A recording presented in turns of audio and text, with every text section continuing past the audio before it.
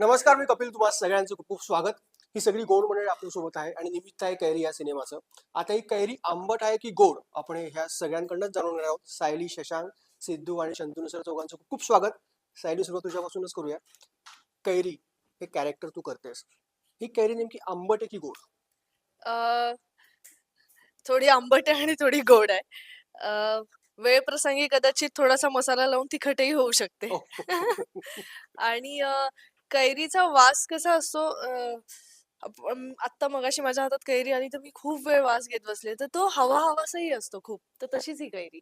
वा, वा. म्हणजे आंबट गोड तिखट नेमकं काय? तिखटही आहे. आहे वेळप्रसंगी तिखटही आहे.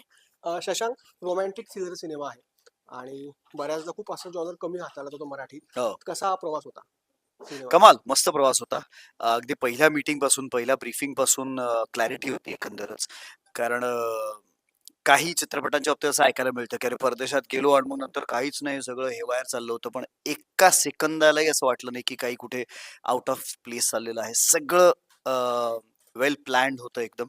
आणि जसं ही म्हणाली, की कैरी गोड आहे, ही सुद्धा गोड आहे. तिच्या वाट्याला येणारे अनुभव थोडेसे आंबट आहेत आणि म्हणून मग तिला तिखट व्हावं लागतंय. तर असं असं सगळं सांगणारी, पण तरी सुद्धा घराघरातली प्रत्येकाला रिलेट होईल अशी गोष्ट आहे. म्हणजे जशी ही गर्ल नेक्स्ट डोअर आहे, की कुठलीही मग ती कोकणातलीच मुलगी असायला हवी असं नाही. शहरातली मुलगी सुद्धा तिची सेम स्वप्न असतात, की कितीही करिअर केलं, कितीही काही केलं तरी एक लग्न व्हावं, आपला नवरा असा असावा, त्यानं आपल्याला असं-असं सपोर्ट करावा, असं प्रेम असावं. आणि जेव्हा या स्वप्नांना थोडीशी कुठेतरी एक स्वप्नांना धक्का बसतो, तेव्हा नेमकं काय होतं आणि ती जे आकाश शोधते आहे, जो आकाश हा पण आहे आणि तिचं एक आकाश आहे. तर या सगळ्या शोधाचा आणि सगळ्या प्रत्येक मुलीच्या या सगळ्या स्वप्नांच्या सगळ्या प्रवासाचा हा प्रवास आहे. वा. सिद्धू, पहिला प्रश्न हाच आहे की मागचे दोन सिनेमे बघितले, दोघांमध्ये वेगवेगळा लुक होता. ह्या सिनेमात खूप वेगळा लुक आहे. म्हणजे तीन वेगवेगळे सिद्धू आम्हाला सिनेमात दिसत आहे. त्यामुळे नाही, मस्त वाटतं आणि ते सगळं श्रेय लेखक दिग्दर्शकांचं आहे. म्हणजे आता थांबायचा नाही म्हटलं तो बाप तो त्यांनी डिझाइन केला मिशीमध्ये किंवा उस्मान खिल्लारी तो तर हार्डकोर क्रूरच हो माणूस आहे तो. हो. त्यामुळे तो तर म्हणजे तो बघतच नाही लहान पोरं का काय, तो जाळून टाकतो. ह्या लेव्हलचा होतं. ते आणि इथला जो गोपाळ आहे, तो तो ह्या आयडेंटिटीने त्या देशात राहतोय. त्याची एक थॉट प्रोसेस. तो असा का राहतो सिनेमात कळेल तुला. पण हे सगळं शंतनू सरांचं डोकं आहे, त्या दिग्दर्शकांचं डोकं आहे, की असं काहीतरी असेल, असं काहीतरी त्याचं प्रेझेंटेशन असेल. बाकी तो माणूस हा कोकणातलाच आहे. तो म्हणजे गोपाळ माझ्या म्हणजे सिद्धार्थ जाधव जवळ जाणारं ते पात्र आहे. खरं आयुष्य खूप एन्जॉय हम्म, करणारं आहे. हम्म. भावूक क्षणही आहे त्याच्या आयुष्यात, मैत्री जपणारा आहे. ह्या सगळ्या गोष्टी त्या रिलेट होतात. पण ते लूक वाईज असेल तर त्याला ते हॅर अँड पॅन्ट दिल्यात. तो त्या तिकडचा राहण्याचा प्रयत्न करतोय. त्याच्या हेअरस्टाईल आणि सगळ्या पण बोलतोय तो आपलीच भाषा आणि ते त्याच लेव्हलला बोलतोय जसं आपण आपुलकीने बोलतो. तो पण डिझाइन जो केलाय लूक तो शंतनू सरांनी केला. त्यांच्या डोक्यातला तो होता.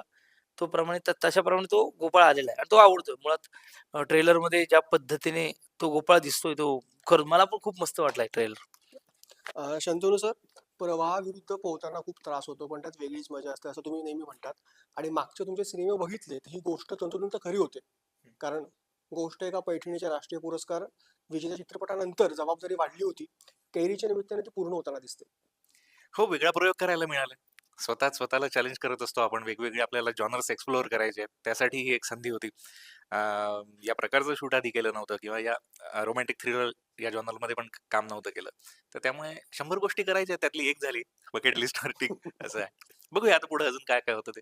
आणि ही जोडी शशांक आणि सायली दोघं मागच्या सिनेमात पण होते. हो, हो, हो. रियुनियन पुन्हा या सिनेमाच्या निमित्तानं होते. हो, अगदी खरं आहे. आणि त्यांच्यासोबत आधी काम केलं त्यामुळे त्यांचे पॉझिटिव्ह पॉझिटिव्ह पॉइंट्स माहिती होते ना.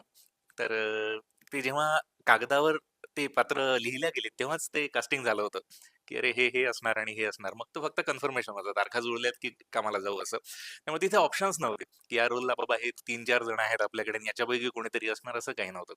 म्हणजे गोपाळ होता तो सिद्धूदादाच असणार होता किंवा कॅम जो आहे तो सुबोधदादाच असणार होता. तर त्यामुळे आम्ही खूप कूल, खूप ठरलं होतं, परफेक्ट सगळं ठरलं अगदी, होतं. अगदी, अगदी ठरलं होतं. क्लॅरिटी होती आणि त्या गोष्टी तशा जुळून आल्यात. त्यामुळे आय वॉज लकी. जसं तुम्ही म्हणता की पॉझिटिव्ह पॉईंट दोघांची माहिती आहे, तर मला तेच विचारायचं आहे की सायली आता 6-7 वर्ष झाली शूट संपून, गोष्ट एका पैठणीचं काय वाटतं, किती प्रगल्भातून झालेली आहे? शशांकचे पॉझिटिव्ह पॉईंट काय? आणि सिद्धार्थ ऑफकोर्स एनर्जीचा भांडार आहे. हो. सो त्याच्या कास्टिंग मागचं काय? एक उदाहरण देतो. मी आधी पण सांगितलंय हे, की सनसेट होत असताना फक्त 15 मिनिट उरले असताना एक मोठा सीन बाकी होता. आणि तिथले जे लाईन प्रोड्युसर वगैरे होते त्यांचं असं म्हणणं होतं, की हे शक्यच नाही. आणि आय वॉज कॉन्फिडंट की हे शक्य आहे, कारण माझ्याकडे हे 2 अभिनेते आहेत. रिटेक होणार नाहीये. तुम्ही सुरुवात करा. मी ओके टेक दिसतो तुम्हाला. आणि तो झाला तितक्या वेळात. सिद्धूदादाच्या वेळेस मला माहिती असतं, की तिथल्या लिमिटेशन्समध्ये ती मस्ती सगळी करायची आहे. त्या सगळ्या गोष्टी सांभाळून 10 गोष्टी आपल्याला सांभाळायच्या असतात. आपण कुठेतरी बाहेर शूट करत असू, वेदरचा प्रॉब्लेम आहे किंवा त्या लोकेशनच्या लिमिटेशन्स आहेत. तर त्या सगळ्यामध्ये आपल्याला अपेक्षित रिझल्ट मिळणार आहे याची खात्री आधीच असते. म्हणून मी म्हणतो ना, की छान कास्टिंग जर झालं ना, तर अर्धं ओझं उतरलेलं असतं. बाकीच्या सगळ्या गोष्टी आपोआप जुळून येतात. कारण त्यांच्या स्ट्रेंथ्स माहिती आहेत, एवढा अनुभव आहे प्रत्येकाचा. आणि म्हणून मग ते रिपीट पण त्याच याच्याने झालेलं आहे, की माहिती होतं मला, की ही कैरी ही जर तिथे प्लेस केली आपण या या अभिनेत्रीला जर कैरी म्हणून घेतलं, पुढचा प्रवास सोपा आहे. वा. असं. सिद्धूदा, नायिका प्रधान सिनेमा म्हटलं म्हणजे हिरोचं एवढं नोटीस केलं जात नाही.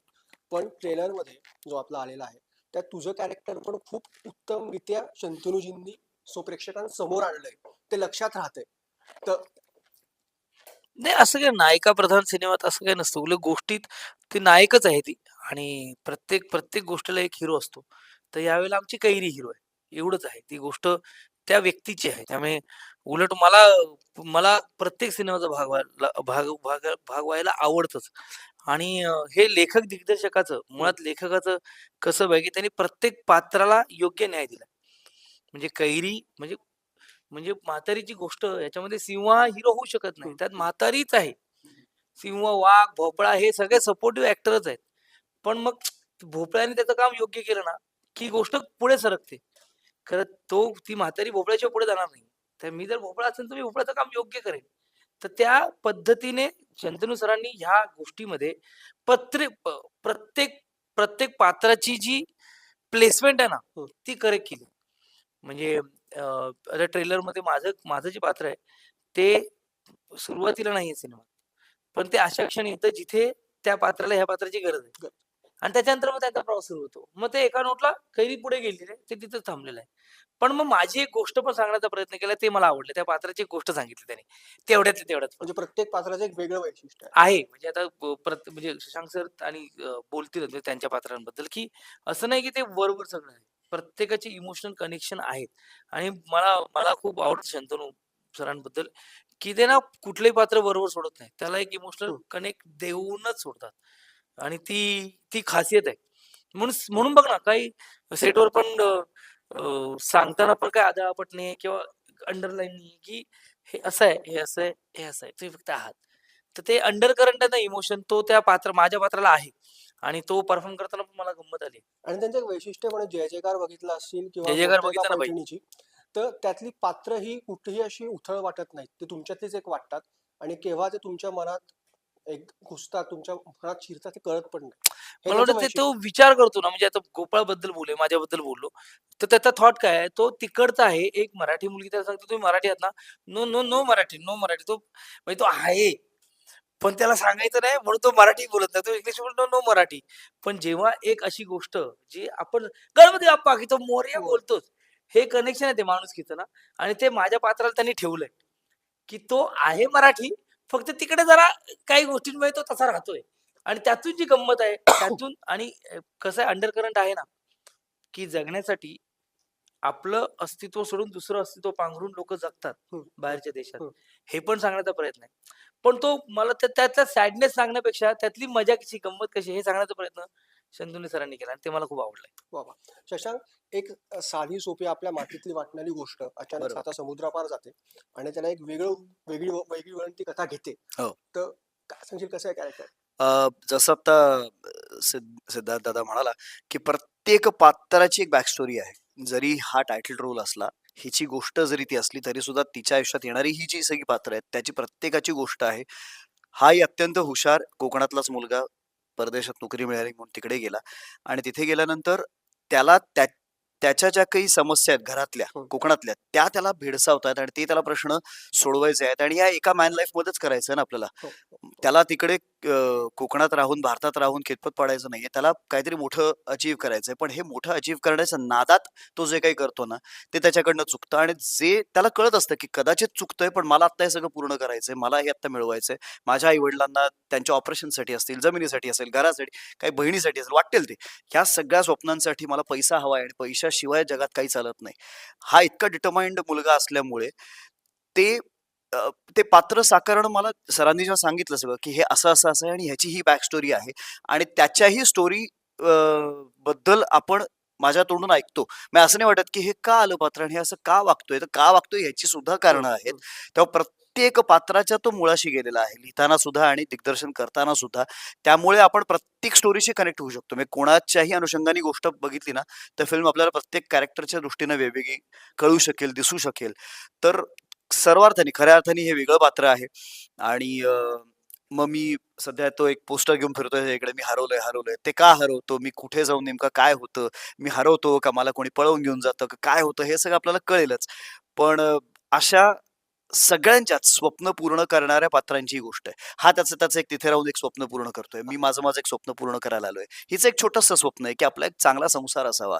तर ती जेव्हा स्वप्न भंग पावतात आणि तेव्हा नेमका जे काही स्ट्रगल करावा लागतो ना, त्या सगळ्या स्ट्रगलची ही गोष्ट आहे. आतापर्यंत आपण लंडनमध्ये हिरोईन हरवताना बघितली. यावेळेस हिरो हरवलाय. हो, यावेळेला हिरो हरवलाय. सायली, गोष्ट आहे का पैठणीची कट्टू कैरी. 2 सिनेमा खूप वेगवेगळे शेड्स तुझ्या वाटायला आले आहेत. आपल्या ह्याच्यात असतं की कोणीतरी गॉडफादर लागतो किंवा कोणीतरी चांगला गुरु लागतो, की जो एक कलाकार म्हणून आपल्यातला प्रगल्भ अभिनेत्रीला किंवा अभिनेत्याला बाहेर काढेल. शंतनू जरा आपण म्हणूया का, कारण गोष्ट आहे का पैठणीतली सायली, कट्टू कैरी, दोघं सिनेमामध्ये खूप उत्तम प्रकारे तुला त्यांनी मांडले, सादर केले. लाख, हजार कितीतरी टक्के. अ, खरंच त्यांना हे म्हणायला लागेल कारण मला असं वाटतं की ह्या क्षेत्रात आल्यानंतर तसा आम्हाला कोणालाच गॉडफादर नसेल. पण प्रत्येक वळणावर कोणी ना कोणी गुरु म्हणून लाभत हम्म, गेलेलंच आहे. हम्म, हम्म. तर माझ्या करिअरच्या या वळणावर गोष्ट एका पैठणीची मिळाली. तेव्हाच ते गुरु स्वरूपात माझ्यासमोर आले. आणि गुरु मला असं वाटतं की गुरु शिष्य निवडतो आणि मग त्याला तो घडवत राहतो. तसं ते मला घडवतायत आता कैरीच्याही माध्यमातून परत. सो तो त्यांचा विश्वास आहे आणि मला असं वाटतं की ते म्हणजे दोघं एकमेकांसाठी लकी. अजून एक नॅशनल अवॉर्ड लोडिंग म्हणूया का. एक एक होणार. पण मी एक गोष्ट सांगते, ते कधीच अवॉर्डसाठी काम करत वा नाही, वा. याचा सगळ्यात जास्त मला आनंद आहे. आणि कधी ते मला अशा पद्धतीने सांगतही नाही, की आता आपल्याला यासाठी काम करायचंय. नाही, काम करायचंय, प्रामाणिकपणे काम करायचंय, ही गोष्ट आपल्याला पोहोचवायची आणि छान काम करायचंय. एवढाच त्यामागचा उद्देश असतो. बरं, एक मला विचारायचंय, म्हणजे त्यांच्यासोबत तुझी दुसरी फिल्म आहे, ते कधी चिडतात का सेटवर किंवा काय? कारण ते नेहमी हॅलो, कसे आहात, अच्छा, इतकं गोड, पण कधी त्याला त्यांचं चिडणं मला माहितीये. म्हणजे आम्ही ते माझे दिग्दर्शक माझे गुरुस्थानी जरी असले, तरी आमचं ते खूप छान मैत्री पण आहे. तर त्यांचं चिडणं पण कसं आहे मी सांगू शकते, "सॉरी सर." पण त्यांचं चिडणं आहे, "बघ ना आता हे कसं झालं. आता हे असं करायचं होतं, तर याला असं झालं, तर हे कसं करायचं ना, याला मला सुचत नाहीये." मग हे या गोष्टी आवाज हाच असतो. चिडणं हेच आहे त्यांचं. ते पण कितीही काही झालं तरी कंप्लेनिंग नाहीये. कुठल्याच गोष्टीची तक्रार नाहीये. स्वतः म्हणतील हे, की "हे आता असं करायला हवं होतं, पण बघ ना यार असं झालं, तसं झालं." "नाही पण होईल ते काहीतरी होईल. नाही करू आपण, छान करू आपण." तर ते चिडणं पण याच स्वरात आहे आणि कौतुकही त्याच आहे. ते इतके सटल आहेत आणि मला खूप आनंद होतो आणि मला खूप छान वाटतं, की माझ्या आयुष्यात थोडाफार जो काही संयम आला असेल या दोन्ही चित्रपटांच्या निमित्ताने, तो त्या व्यक्तीमुळे आला. आणि खरंच त्यांच्यामुळे आलाय. कारण ते बऱ्यापैकी मी खूप कंप्लेंट करते. तर मी त्यांच्याकडे जेव्हा कंप्लेंट करायला जायचे, की "सर बघा ना, हे असं झालं, हे असं झालं, हेअरचं असं झालं, कॉस्ट्यूमचं तसं झालं." "होईल, होईल. तुला काय बाय? Okay, okay. होईल, होईल, होईल. ठीक आहे. आपण ह्याचं असं करूया. ठीक आहे. काहीतरी मार्ग काढूया." तर ते प्रत्येक गोष्टीला शांतपणे हँडल करून ती पुढे नेणं आणि काम कुठेही थांबू न देणं हे मी त्यांच्याकडनं मला पण शिकले. एक आठवतं, मागच्या प्रोजेक्ट वेळेस पैठणीच्या वेळेस काहीतरी झालं होतं. तर माझ्यापर्यंत 2-3 जण आले, "अरे खूप चिडले, चंदन सर तू फोन कर." मला वाटलं आता काय करू, तू फोन करून फोन केला. "हा दादा बोला." म्हटलं सर ते असं असं झालं पण त्यात आपला काही हो का अच्छा ठीक आहे आणि एक तास मी खूप टेन्शन होत होता त्यांना फोन करू हे काय बोलणार हे काय करणार एका गाण्यात एका कार्यक्रमात एक गाणं आपण आउट करणार होतो तेव्हाच होतं की त्यांचे अप्रुव्हल नाही आलं तू कसं काय आउट केलं असं सगळं ते होतं तर त्यांना फोन केल्यावर असं होतं की या माणसाला काही नव्हतंच अच्छा आणि मी एक तास इतक्या टेन्शन होत होतं म्हटलं ते काय बोलणार मला काय बोलणार तर सर म्हणून मी तुला हा प्रश्न विचारला की तुम्ही कधी चिडतात का संयमी आणि समाधानी माणूस आहे तो. त्यामुळे समाधान त्यांना नक्कीच असणार आहे. आणि जे काही आपल्याला आतापर्यंत मिळालेलं आहे ते ते खूप आहे आणि ते खूप छान आहे. असं समाधान त्यांना असावं असं मला वाटतंय. कारण नाहीतर मग त्यांनी सपाटा लावला असता ना, हो नॅशनल हो अवॉर्ड हो हो मिळाल्यानंतर फिल्मवर फिल्म करत सुटले असते. पण त्यांना जे करायचंय, त्यांना जे मिळवायचंय ते मिळेपर्यंत ते थांबतात आणि होईल. मी जे स्वप्न पाहिले ते पूर्ण होईल, असं म्हणणारा तो माणूस आहे. त्यामुळे तो जो एक ठहराव आहे ना, तो सगळ्या गोष्टीला, त्यांच्या पात्रांना आणि एकंदर प्रोसेसला येतो. चलो तर ते अचानक माझ्याकडे का फोकस नाही कारण तुम्ही हां, तुम्ही आहात. सर तुमच्यामुळेच ती कैरी झाली ती गोष्ट खूप छान आहे नवीन सरकार मुळात ती कथा खूप छान आहे. आपले निर्माते आहेत नवीन चंद्र सर त्यांनी ती कथा लिहिलेली आहे आणि त्यानंतर स्वरा मोकाशींनी ती डेव्हलप केलं. मग मी जॉईन झालो पटकथा संवाद लिहायला. त्याचं म्युझिक खूप छान आहे. मनोहर गोलंबरे काकांनी गाणी लिहिली, निषादने म्युझिक केलं. त्यानंतर कोरस देवाश्री ताई गायली आहे. दुसरं अभय जोधपूरकर दादांनी गायलेलं दुसरं गीत आहे. प्रियंका बर्वे आणि पंकज दादांनी ते केलेलं आहे. त्यामुळे म्युझिक छान जुळून आलेलं आहे. आपले प्रदीप सर आहेत, प्रदीप खानविलकर सर, ते सिनेमॅटोग्राफर. त्यांची सिनेमॅटोग्राफी खूप छान आहे. आपण गाणं बघितलंय, मस्त फ्रेम्स लागलेले आहेत. आर्ट, कॉस्ट्युम सगळ्यांनी आपापलं काम खूप छान केलेलं आहे. इट्स अ टीम वर्क शेवटी. आणि जेव्हा प्रत्येक जण त्याचं ठरलेलं काम चांगलं करतं ना, तेव्हा ओव्हरऑल प्रॉडक्ट चांगला दिसतो. आणि मेन तुमचं चांगुलपणा तुमच्याच सिनेमातलं वाक्य आहे की जमेल तेव्हा आपण चांगलं वागायला पाहिजे ना येस, येस, येस. त्यामुळेच त्या चांगुलपणामुळे सगळे कौतुक करताय असं दुसरं काय सगळ्यांनी छान काम पण चांगलं केलं. त्याच्यामुळे मग ते छान झालेलं आहे प्रोजेक्ट.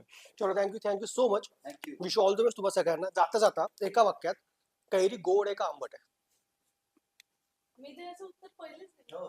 संतुलन हो, छान आंबट गोड आहे. तिने सांगितलं तसं कधी-कधी तिखट पण आहे. गमतीदार आहे, अनुभवण्यासारखी आहे. त्याच्यामुळे 12 तारखेला हा अनुभव चुकवायचा नाही हेच सगळ्यांना सांगणं. सिद्धूला तुम्हाला जी चव लागेल तशी कैरी आहे. वा. पण एवढं आहे की तुम्हाला त्यातून आनंद मिळेल 200% आणि मी नेहमीच म्हणतो की हा सिनेमा रिलेट करणारे लोक आहेत. हा सिनेमा प्रत्येकाला कनेक्ट करणारा सिनेमा आहे. मनोरंजन आहे, पण तो कनेक्ट नक्की होईल. त्यामुळे नक्की बघा तुमच्या जवळच्या थिएटरमध्ये 12 डिसेंबर पासून आमचा सिनेमा कैरी. आंबट, गोड आणि तिखट अशी ती कैरी आहे आणि कैरी आवडत नाही असा माणूस नाही. तेव्हा प्रत्येकाला ही कैरी आवडणार आहे याची मला खात्री आहे. तेव्हा 12 डिसेंबरला तुमच्या जवळच्या आमच्या सगळ्या चित्रपटगृहांमध्ये कैरी येतो आहे, तर जरूर आम्हाला भेटायला या.